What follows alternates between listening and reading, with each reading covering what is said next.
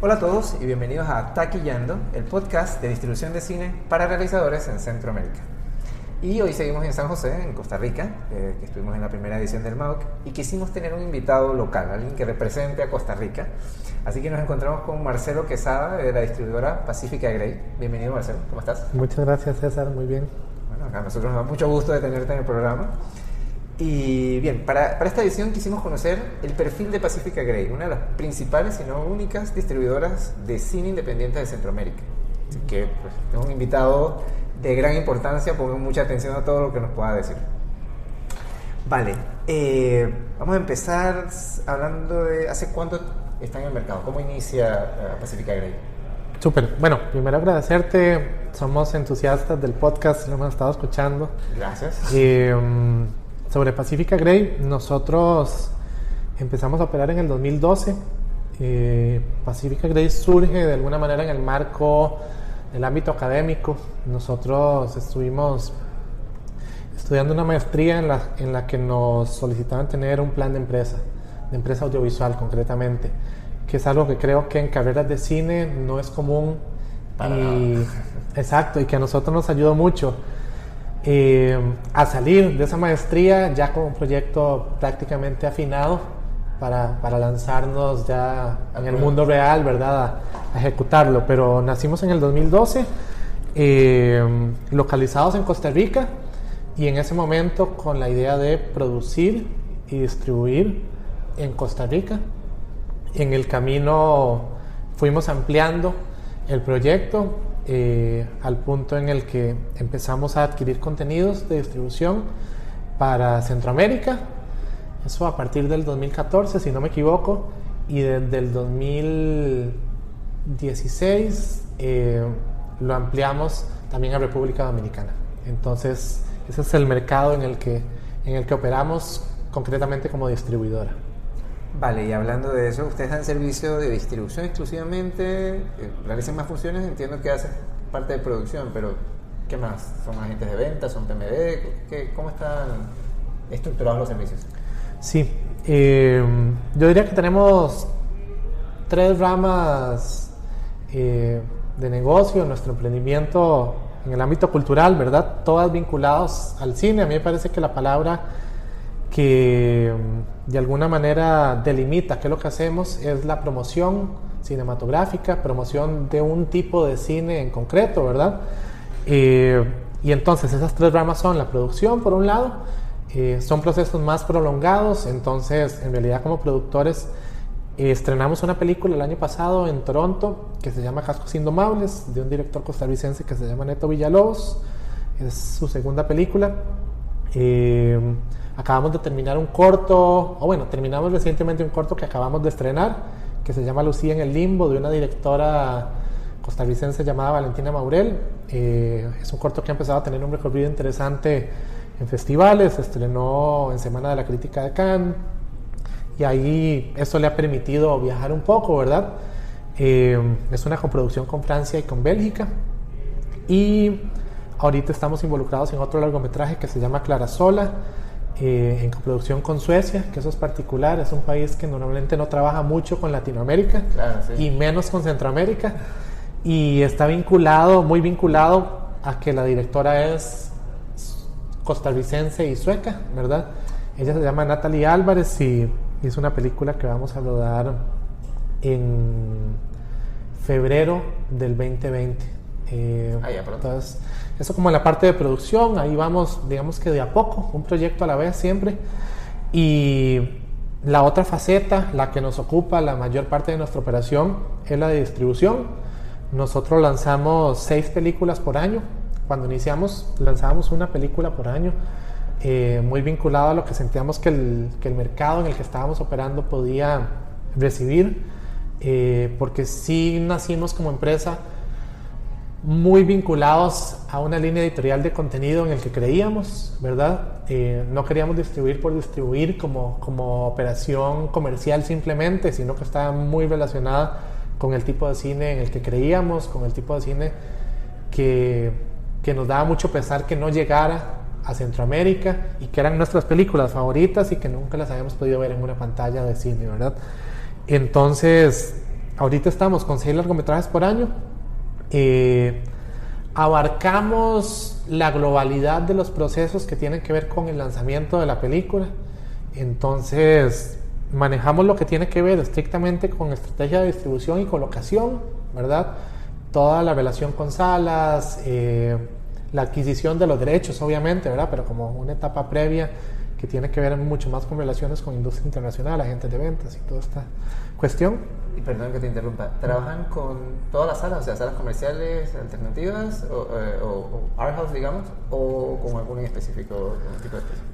Y intentamos trabajar con todas las salas porque Centroamérica y República Dominicana son regiones que tienen un parque de salas que en su gran mayoría está compuesto por cines comerciales, por multiplex, ¿verdad? Claro. En Costa Rica tenemos la fortuna de que hay una sala independiente con una programación de muy buen nivel, de contenido independiente, que además tiene muy buen público, que se llama el Cine Magali, y que me gusta decir que es nuestra casa, ¿verdad? Porque todas nuestras películas salen ahí. Y en República Dominicana también hay un par de pantallas de Fine Arts, exactamente, sí. Que es como la marca de cinearte de Caribbean Cinemas. Entonces, con ellos dos, pues obviamente trabajamos con mayor regularidad, pero sí mantenemos relaciones latentes y constantes con Cinépolis, con Cinemark y con los diferentes operadores locales que hay en cada país, como Nova, que está en un par, pero no en toda la región, ¿verdad? Y para no alargarme mucho, pues hacemos la colocación propiamente, pero también estamos muy enfocados en el trabajo de posicionamiento y de acciones de marketing, ¿verdad? Que se manifiesten desde diferentes facetas, desde una pauta pagada hasta obviamente todo lo que tiene que ver con trabajo en redes sociales, todo lo que tiene que ver con trabajo con prensa, con PR, etcétera, etcétera. Entonces intentamos abarcar la globalidad de las facetas del lanzamiento de los contenidos que estrenamos, ¿verdad? Vale, suena bastante, Sí, que tienen que hacer. Y eso que no te conté de la parte de exhibición alternativa. Pero... caramba. Bueno, y siendo tanto lo que cubren, ¿cómo está formado el equipo? O sea, ¿cuántos miembros son? O si tienen unos de base y unos que se integran por momentos o por proyectos, ¿o cómo funciona? Aquí me interesa ser como muy sincero porque trabajando desde Centroamérica me parece importante ser como muy transparente, ¿sabes? Porque muchas veces se piensa que tener proyectos de estas características es complejo y sí lo es, pero se puede sacar adelante entre equipos pequeños. Nosotros de base somos 2 personas que somos los socios del proyecto, Karina Avellán y yo, y subcontratamos personas para facetas específicas de esta cadena, digamos, de procesos. Entonces, el diseño gráfico, que es una parte fundamental, sí, no solo del proceso de distribución, sino de nuestra identidad de marca, la trabajamos con un estudio que se llama Sopes, con el que ya llevamos, pues, los 7 años de la empresa, los llevamos trabajando con ellos. Y dependiendo del tamaño del estreno, pues acercamos otros colaboradores en diferentes facetas. Puede ser en trabajo de redes o puede ser en prensa. Para algunos otros esas labores las hacemos nosotros mismos, ¿verdad? Depende de la dimensión del estreno. Solo para darle un tamaño, ¿verdad? Una película nuestra se mueve en un rango de títulos que lanzamos con 1 o 2 pantallas, hasta películas que lanzaremos con 8 o 10 pantallas, ¿verdad? Obviamente podemos operar de esta manera porque sabemos que trabajamos para público nicho y que nuestros contenidos no van a estrenar en 40, 50 pantallas solo en Costa Rica o en 200 en toda Centroamérica, como si lo requieren otros títulos de estudio, ¿verdad? Que sí necesitarán de equipos mucho más amplios. En nuestro caso yo siento que el secreto es un poco tener equipos pequeños que sepan abordar el proceso de una manera multidisciplinaria, ¿verdad? Y sí, nos permite como mantener una operación pequeña. Vale, vale. Y en cuanto a proyectos, ¿con qué tipo de contenido trabajan? O sea, ¿trabajas en cuanto a formatos con largos, con cortos? En cuanto a géneros, con más drama, si son ficción, si son documental, ¿qué tipo de proyectos eligen? Trabajamos con largometrajes, principalmente porque al operar en un circuito comercial es lo que resulta, digamos que sostenible, ¿verdad? Claro. De repente hay otros mercados que tienen estructuras ya medianamente consolidadas que permiten que trabajar con cortos sea factible. Hay televisoras que compran cortos, hay circuitos de festivales más amplios, etcétera, etcétera, ¿verdad? Que no sucede en nuestro mercado, que es Centroamérica. Cierto. Entonces nosotros trabajamos con largometrajes. Como premisa del proyecto es generar diversidad en la cartelera cinematográfica, ¿verdad? Entonces, desde esta noción de diversidad, nos gusta tener contenidos de la mayor cantidad de países posibles. Hemos estrenado películas de Islandia que nunca habían llegado a una cartelera de Costa Rica. Hemos estrenado... de Centroamérica, exacto. Hemos estrenado películas de contenido independiente de Estados Unidos muchísimo.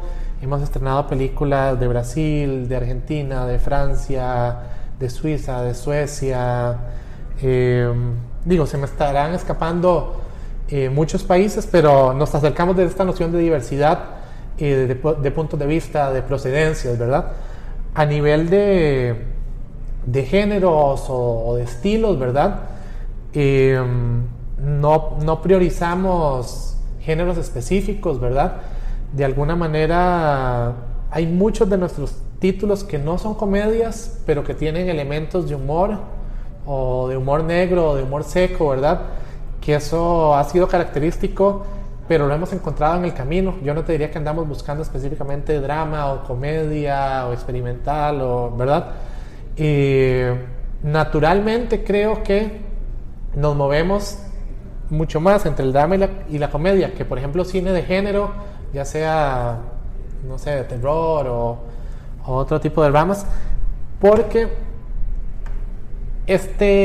esta parte del espectro en la que funcionamos está más vinculada así a un cine independiente. No lo llegaría yo a llamar como un cine absolutamente autoral, pero sí nos gusta trabajar con un cine sí más íntimo, que mantenga cierta vocación de público, ¿verdad?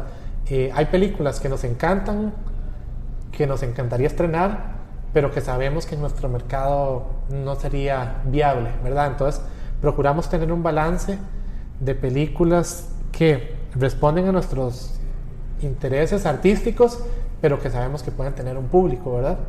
Y lo otro es que hacemos un balance entre directores y directoras consolidados.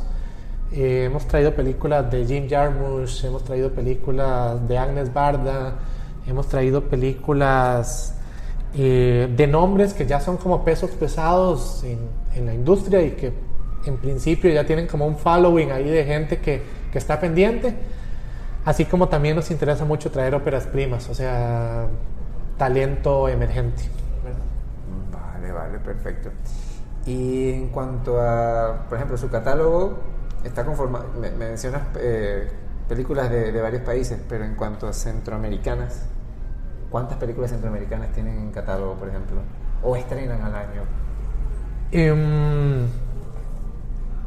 Todas las que podemos, por decirlo de alguna manera. O sea, para nosotros lo fundamental es ser un puente entre el público y las películas, ¿verdad? Y por lo tanto, desde que iniciamos nos planteamos Pacifica Grey como una especie de sello de calidad para películas que llegaban a nuestro mercado un poco más desnudas, porque la gente no tenía una referencia concreta con lo cual identificarlo, ¿sabes? No había un actor tan reconocido, o no había un director que el público general ubicara, ¿verdad?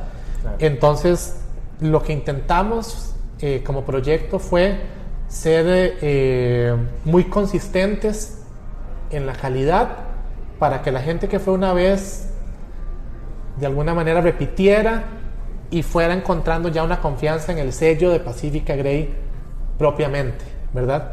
Entonces... Sí, fue un trabajo de posicionamiento. Correcto. Como ese es el eje y no es geográfico, o sea, como nosotros no nos planteamos como una distribuidora de cine centroamericano, lo que intentamos en el camino fue ir encontrando películas centroamericanas que estuvieran dentro de esa parte del espectro que a nosotros nos interesaba, ¿verdad? Al inicio nos costó un poco más porque la producción de la región a nivel de volumen era más limitada. Entonces empezamos a trabajar, por ejemplo, con películas como Marimbas del Infierno de Julio Hernández. Luego lanzamos en el 2013 una costarricense que se llama Por las Plumas, pero era una película cada 2 años. Conforme fuimos avanzando, también la producción de la región avanzó en diferentes y múltiples estilos y nos resultó más fácil encontrar películas. Entonces trabajamos Ixcanul de Jairo Bustamante, que para nosotros fue fundamental. Y ahora lo que intentamos es realmente cumplir la promesa de que estrenamos lo mejor del cine centroamericano. Entonces estrenamos Medea de Alexandra Latichev de Costa Rica, que nos parece una película muy potente. Vamos a estrenar Temblores de nuevo de Jairo Bustamante. Claro. Recientemente adquirimos Nuestras Madres, que fue la película de César Díaz que obtuvo la Cámara de Oro en el Festival de Cannes y que estaba en la Semana de la Crítica. Entonces intentamos como cumplir esta promesa, que dentro de nuestra línea de contenido, que es cine independiente, alguna gente le llamará autoral, alguna gente le llamará más íntimo, etcétera,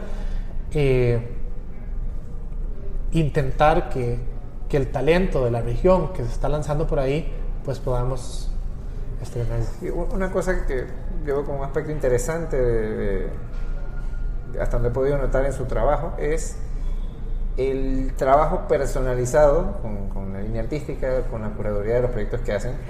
Y hago referencia porque se habla de la importancia, se le habla a los productores de la importancia de crear una relación con los distribuidores, con los agentes de venta, incluso antes de tener sus proyectos listos, ¿no? Para poder trabajar en conjunto. ¿Cómo llevan ustedes ese tema considerando el trabajo personalizado que hacen con las películas? Porque ya mencionas directores específicos que de verdad que han hecho trabajos que son sumamente potentes. ¿Ustedes en qué momento se integran o esperan que la película esté lista? Esto pensando en el productor que nos escucha, que dice, bueno, yo quiero trabajar con Pacifica Grey, ¿en qué momento es viable acercarse a ustedes para poder trabajar en conjunto? Yo creo que con un corte de imagen, o sea, con un corte de montaje ya cerrado, es como un buen momento. Más allá de que la película a nivel técnico no esté pulida y todavía le falten procesos, es un buen momento para nosotros entender si realmente coincide como con nuestra línea editorial y por otro lado si nosotros somos la mejor opción distribuidora, exacto, para las personas, ¿verdad? Porque nuestro compromiso siempre es intentar realmente lanzar de la mejor manera las películas, porque somos como productores también conscientes de que le estás dando el bebé a alguien más, ¿verdad? O sea, trabajaste 5, 4, 8 años en un proyecto y le estás entregando una de las etapas más importantes a otra persona, por lo cual hay una confianza con la que nos parece fundamental pues corresponder, ¿verdad? Entonces intentamos ser muy sinceros al decirle a la gente, la película es muy sólida, pero te puede ir mejor con esta distribuidora que sabe mejor cómo lanzar este tipo de contenido, ¿verdad?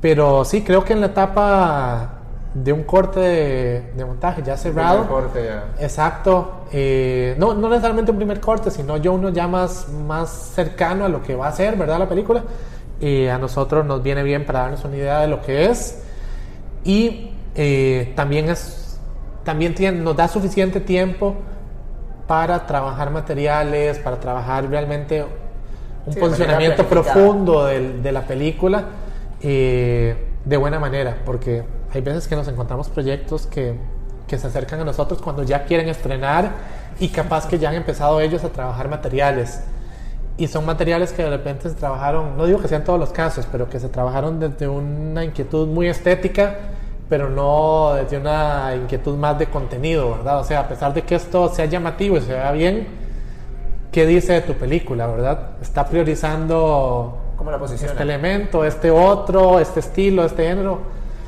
Y nos hemos encontrado en la situación de decir, bueno, nosotros entramos, pero esos materiales no funcionan, hay que invertir de nuevo en hacerlos. Y para esos productores que están pensando ya, bueno, esta es la distribuidora con la que quiero asociar mi proyecto, ¿a qué mercados, a qué festivales asisten ustedes regularmente? ¿Dónde los pueden ir a encontrar ustedes? A nivel regional, creo que el espacio en el que hemos participado de manera más consistente desde el inicio es en el IF Panamá. Nos parece a nivel de la región como el lugar por excelencia para encontrarnos, y ojalá que como sector centroamericano cada vez sea más claro que ahí es donde nos encontramos, ¿verdad? Ahí o bueno, en otros países de la región, ¿verdad? Pero como un espacio consolidado, creo que el IF Panamá pues vamos todos los años.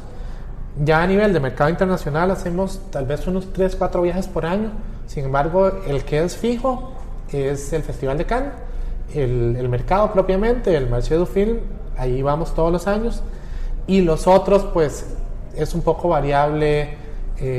Intentamos ir a Toronto, aunque no vamos todos los años. Normalmente vamos a algo en Sudamérica, pero varía un poco, ¿verdad? Varía, ok. Bueno, y ya para terminar, nosotros tenemos un segmento que se llama ¿Por qué nadie me dijo?, que es un ranking para darle tips a los productores que estén haciendo proyectos. Y como el episodio de hoy fue enfocado en el perfil de Pacifica Grey, le vamos a pedir a Marcelo que nos mencione 5 elementos que busca a la hora de elegir una película para distribuir. O sea, ¿qué 5 cosas tú te fijas y dices, bueno, sí, esta puede entrar en el catálogo? Sí. Bueno, hay componentes que tienen que ver propiamente con la faceta artística y cinematográfica de la película, ¿verdad? O sea, propiamente la dirección, el montaje, ¿verdad? Los elementos que tienen que ver propiamente con el oficio cinematográfico, pues nos interesa encontrar películas que sean sólidas, pero que también estén arriesgando un poco, ¿verdad? De alguna manera hay películas que son muy, muy redondas, pero que sentimos que ya hemos visto que no son para nuestro catálogo, ¿verdad? Creo que ese es un primer elemento, como un poco de riesgo, ¿verdad?, de la propuesta. Nos interesa identificar ejes temáticos que sean pertinentes en nuestra región y en nuestro país propiamente, ¿verdad?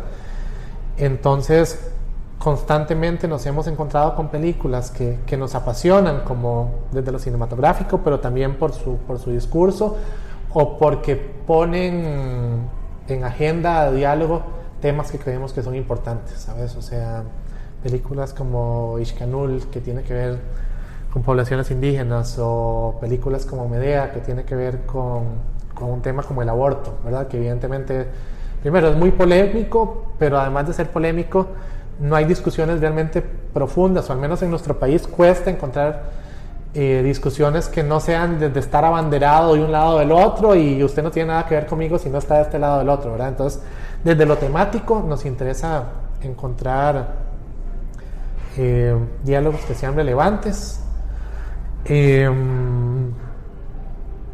A nivel de procedencia geográfica, nos interesa variar. Yo me preocuparía si estrenamos 5 películas francesas seguidas, porque realmente desde esta premisa de diversidad que te decía, pues nos interesa mucho acercarnos a visiones de mundo y a cinematografías que no han llegado, ¿verdad? Entonces constantemente intentamos buscar también, no sé, una película de cinematografía emergente, ¿verdad? Como esto que te decía de Islandia, pero nos gustaría, no sé, en el futuro cercano estrenar una película de República Dominicana, de Afganistán. Bueno, vamos a estrenar una película de Palestina, que eso nos emociona mucho, que adquirimos en Cannes este año. Llevo 3, me faltan 2. Yo diría que tal vez por ahí anda lo principal, ¿sabes? De repente hay ya, obviamente, grises concretos que tienen que ver con las posibilidades de nuestro mercado, ¿sabes? Entonces, por las relaciones que nosotros ya tenemos con festivales o con salas de cine, sabemos que nos va a costar mucho más estrenar una película colombiana que una película francesa.